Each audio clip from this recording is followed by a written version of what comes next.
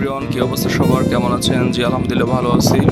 এবং শুভ সকাল চট্টগ্রাম সমুদ্র সৈকত তথা পতেঙ্গা সমুদ্র সৈকত।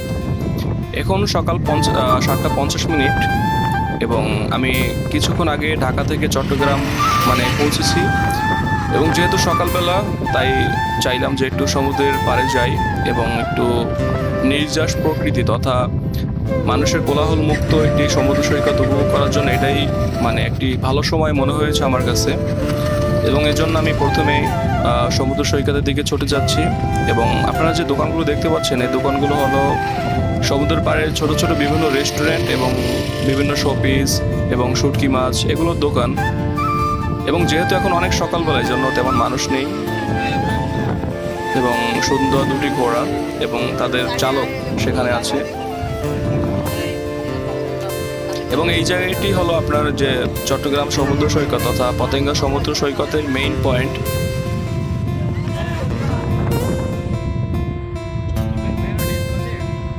ভাই ক্যামেরা ব্যাগেই আছে। বেশ সুন্দর একটি সকাল পার করতেছে এখানে। অনেক সুন্দর প্রকৃতি এবং অনেক বাতাস বর্তমানে এখানে বয়ে যাচ্ছে।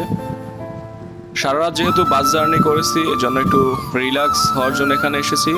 বেশ আলহামদুলিল্লাহ, এখানে প্রকৃতি পরিবেশ আমার কাছে খুবই ভালো লেগেছে। আপনারা চাইলে আসতে পারেন এখানে, আশা করি ভালো লাগবে। এবং এখানে আরেকটি সুন্দর বিষয় হলো যে আপনার আকাশ থেকে একটু পরপর বিমান ছুটে যাচ্ছে তার গন্তব্যে, যেটা আপনি এখানে সুন্দরভাবে উপলব্ধি করতে পারবেন। এবং তারই সাথে আপনি সমুদ্রের মাঝখানে অনেক জাহাজ পার্কিং করা অবস্থায় আছে, সেগুলো দেখতে পারবেন।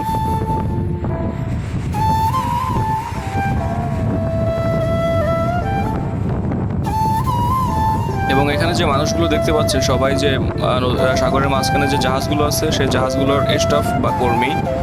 তারা অনেকেই ছুটি শেষ করে এসেছে, এখন তারা আবার তাদের কর্মস্থলে ফিরে যাওয়ার জন্য এখানে এসেছে। এবং দুটি বেবি তারা সাগর উপভোগ করার জন্য দুজনে আসছে এখানে। আমার কাছে বেশ ভালোই লেগেছে তাদেরকে। এবং আপনারা যে মানুষগুলোকে দেখতে পাচ্ছেন, আমি আগেও বলেছি, এরা সবাই যে স্পিড বোট এবং ছোট ছোট নৌকায় করে ওই জাহাজগুলোতে যাবে, কারণ এই জাহাজগুলোই তাদের কর্মস্থল। এবং এই জাহাজগুলো আপনার সারা বিশ্ব থেকে পণ্য সরবরাহ করে আমাদের দেশে নিয়ে এসেছে এবং আমাদের দেশ থেকে তারা পণ্য নিয়ে অন্যান্য দেশে চলে যাবে। এই জন্য এখানে সব জাহাজগুলো নোঙর করা হয়ে থাকে। এবং এই জন্যই বন্দর নগরী চট্টগ্রাম বলা হয় এই জাহাজগুলোর কারণেই, কারণ বাংলাদেশের একটি প্রাণকেন্দ্র বলা হয় চট্টগ্রামকে। কারণ বিভিন্ন দেশ থেকে এই চট্টগ্রামে জাহাজে করে পণ্য এনে এবং সারা দেশে সরবরাহ করা হয়।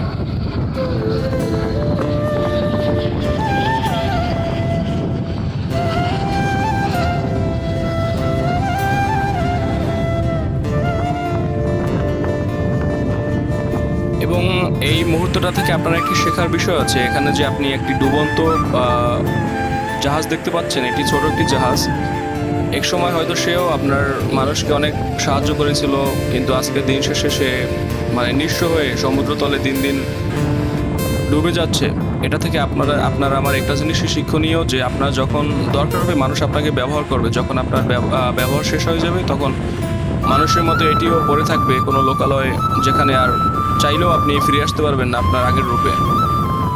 এবং সমুদ্র সৈকত ঘোরা শেষে আমি আবার ছুটে গেলাম আমার কর্মস্থলে আমার কাজের জন্য, যেখানে আমি যে কাজের জন্য চট্টগ্রামে এসেছি। সবাই ভালো থাকবেন। আসসালামু আলাইকুম।